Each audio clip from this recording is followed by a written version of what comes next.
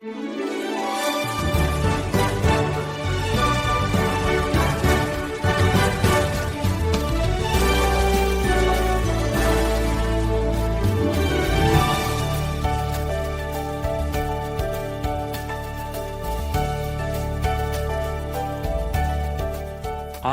हम इज़राइल राष्ट्र के संविधान यानी कानून और विशेष रूप से 10 आज्ञाओं पर ध्यान देना शुरू करने जा रहे हैं। अब 10 आज्ञाएं भगवान के पवित्र मानकों का सारांश है जो उन्होंने अपने लोगों के लिए निर्धारित किए हैं। इज़राइल जो पर्वत सीनाई पर दिया गया। अब ध्यान रखें कि ये आज्ञाएं केवल उस चीज का एक छोटा सा हिस्सा है जिसे हम मूसा के कानून कहते हैं। ये कानून बाद में यहाँ निर्गमन, लेवितिकस और व्यवस्था विवरण में विस्तार से बताया जाएगा।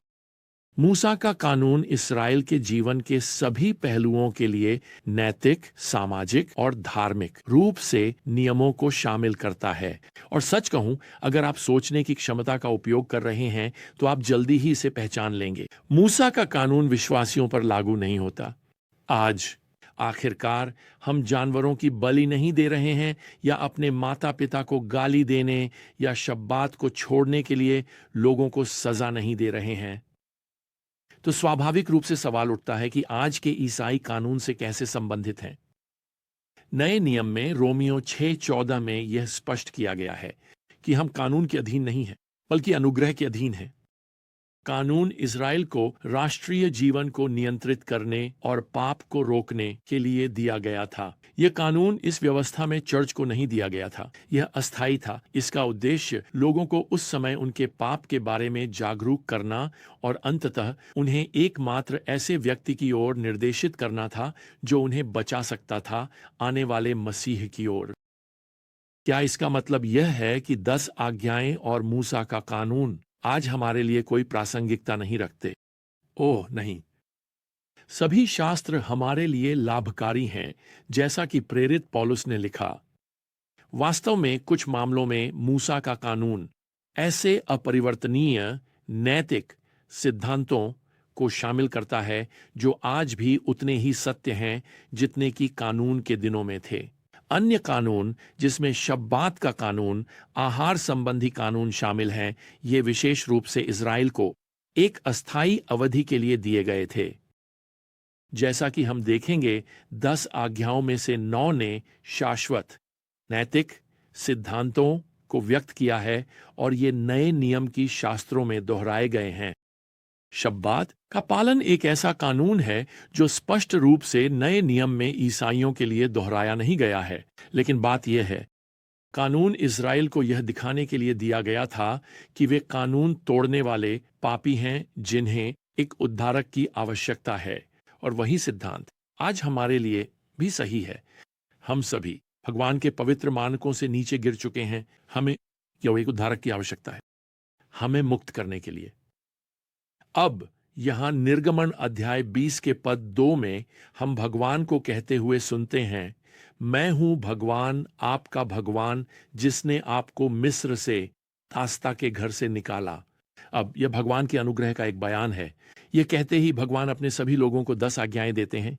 तो आज्ञाएं अनुग्रह के संदर्भ में दी गई हैं। यह भगवान के अनुग्रह के द्वारा था कि उसने अपने लोगों को दासता से मुक्त किया। और जबकि आज्ञाएं उन्हें उनके पाप का खुलासा करेंगी, वे उन्हें उसके अनुग्रह की ओर भी इंगित करेंगी जो उन्हें पाप से मुक्त करता है। तो जैसे ही हम आज 10 आज्ञाओं पर ध्यान देना शुरू करते हैं, मैं वास्तव में भगवान के अनुग्रह पर ध्यान केंद्रित करने जा रहा हूं। यहां कानून के देने में ऐसा ही व्यक्त किया गया है। अब पहली आज्ञा यहां पद 3 में कहती है, तुम्हारे लिए मेरे सामने कोई अन्य देवता नहीं होंगे। अब यह कानून स्पष्ट करता है कि मानव जाति में मूर्तियों की पूजा करने की एक अंतर्निहित प्रवृत्ति होती है। यह अक्सर कहा गया है कि मानव हृदय एक मूर्ति बनाने का कारखाना है। यह एक सार्वभौमिक सत्य है और यह सार्वभौमिक कानून किसी भी मूर्ति के अस्तित्व को मना करता है, चाहे वह आपकी ड्राइववे में खड़ी हो या कुछ ऐसा जो आप अपने दिल में चाहते हैं। यह भगवान की अकेले आज्ञा मानने और उसकी पूजा करने की जगह ले चुका है। यह कानून हमें बताता है कि एकमात्र भगवान को कमतर न समझें और किसी झूठे भगवान के प्रति दास न बने। यह भगवान की कृपालु सुरक्षा है कि हम अपने जीवन में किसी भी व्यक्ति या चीज को उसके ऊपर न रखें। दूसरी आज्ञा यहां पद 4 में दर्ज है। तुम अपने लिए कोई मूर्तिकला या किसी भी चीज की समानता नहीं बनाओगे जो स्वर्ग में ऊपर, पृथ्वी के नीचे या पृथ्वी के नीचे के पानी में है। अब यह स्वाभाविक रूप से पहली आज्ञा से निकलता है और मूर्तियों के बनाने और उनकी पूजा करने को मना करता है। देखो, मानव निर्मित देवता कभी भी भौतिक, अस्थायी मानव अवधारणाओं से ऊपर नहीं उठ सकते। यही कारण है कि देवताओं पगन दुनिया में लोग या जानवरों या वनस्पति, पेड़ों या जो भी हो के रूप में मूर्तियों द्वारा दर्शाए जाते थे और आज भी दर्शाए जाते हैं। वैसे आज की दुनिया का बहुत बड़ा हिस्सा मूर्तियों की पूजा करता है। मैं उन मंदिरों में गया हूं जहां आज देवताओं और देवी देवियों की पूजा की जाती है और उन्हें हाथियों, पेड़ों, नदियों और अंतरिक्ष में नक्षत्रों के रूप में दर्शाया जाता है। बाइबल हमें कुलुस्सियों 1:15 में बताती है कि भगवान पुत्र यीशु मसीह देवत्व का एकमात्र सच्चा प्रतिनिधित्व है। तो अगर आप जानना चाहते हैं कि भगवान कैसे हैं, तो आप यीशु के जीवन का अध्ययन करें जो यहां भगवान के वचन में प्रकट होता है। अब पद 7 हमें तीसरी आज्ञा देता है।